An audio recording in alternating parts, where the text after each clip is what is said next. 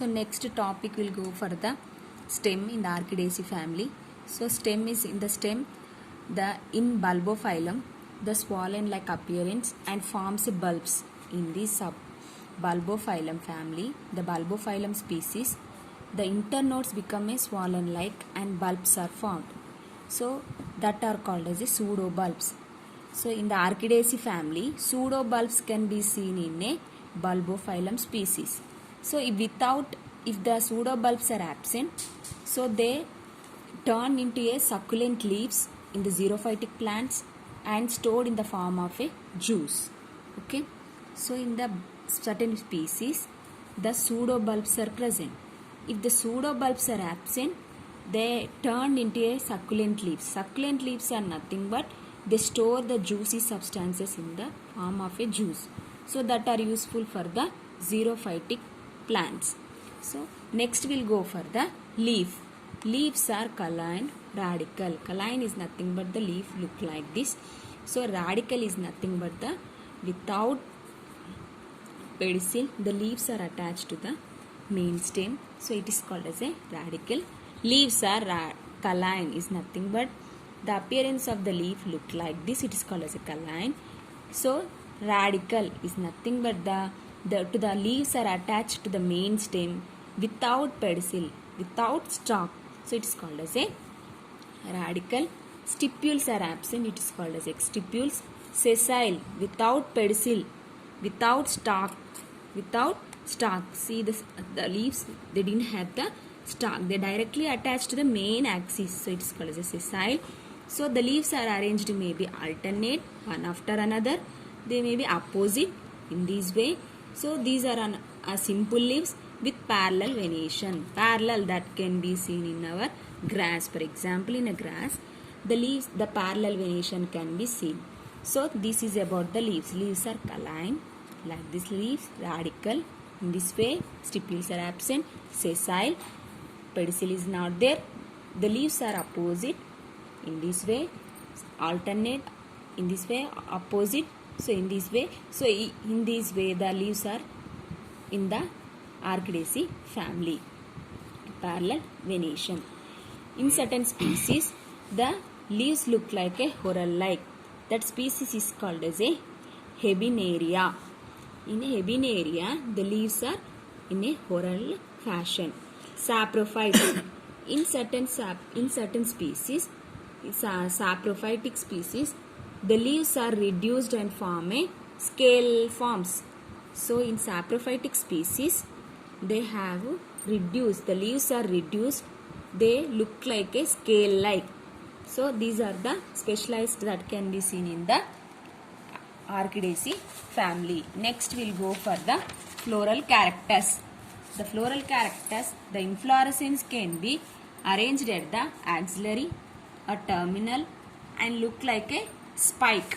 So the inflorescence can be at the axillary, at the middle of the stem, terminal at the corners, spike or panicle.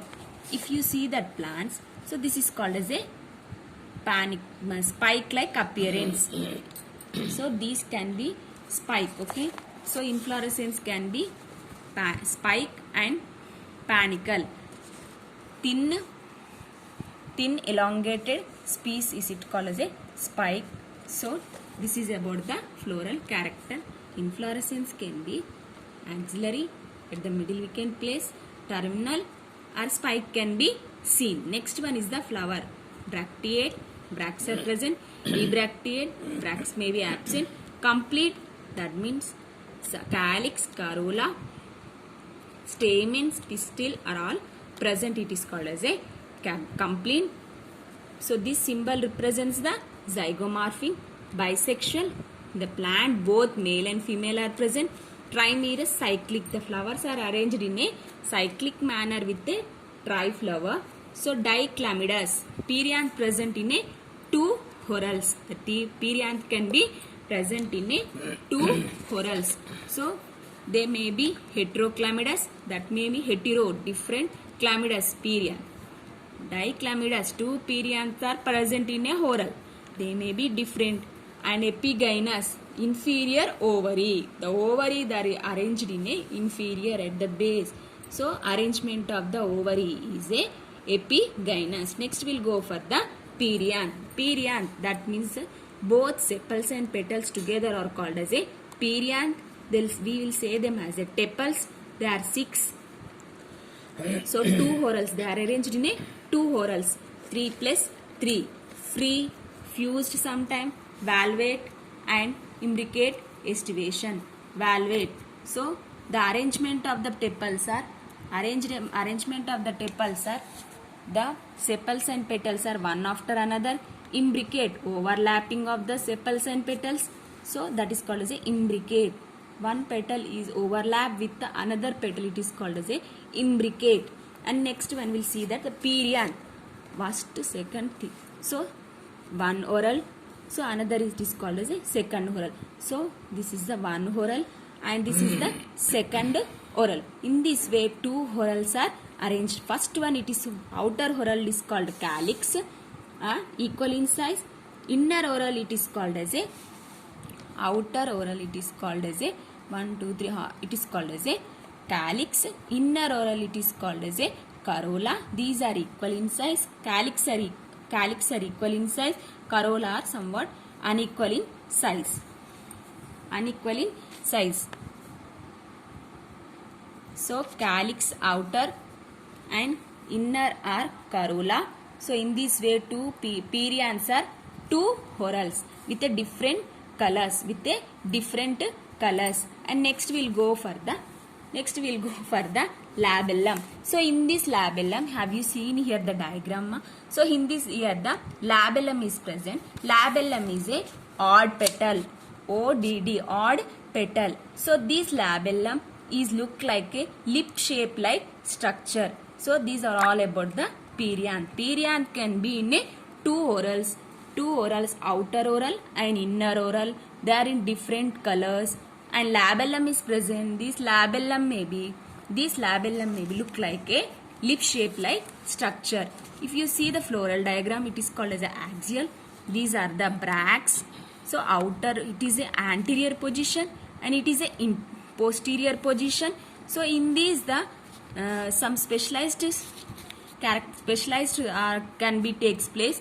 That means respiration. So here the respiration is nothing but the labellum can be present at the posterior. So labellum is present at the posterior. So this is the odd petal.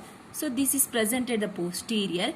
When at the time of the blooming, the angle of the labellum can be changes its position to a 180 degrees centigrade and comes to the posterior position to the anterior position. So in this way it shows the landing of the insects. So it is called as a resupination. So in this resupination, the labellum is present at the posterior.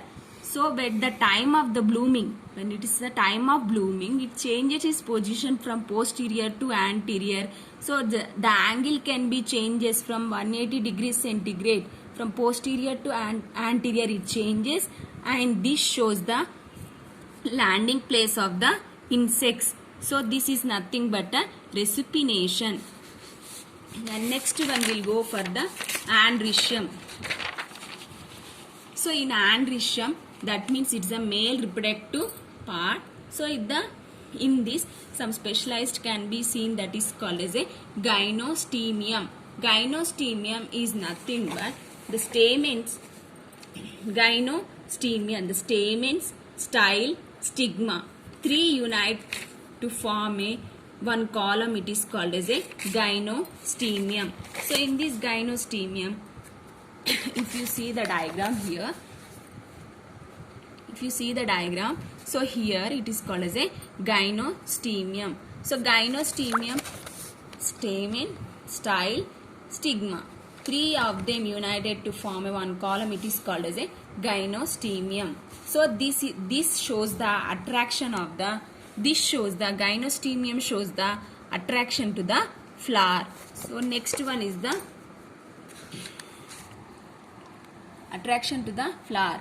And the stamens, in the androecium stamens are present. Stamens are reduced, that may be 1 or 2 can be seen. So in the androecium 2 subfamilies can be seen, that is monandre and diandre. Monandre can be seen in a Archis family, and these diandre can be seen in a certain family that is called as a Cypripedium. So monandre. In monandre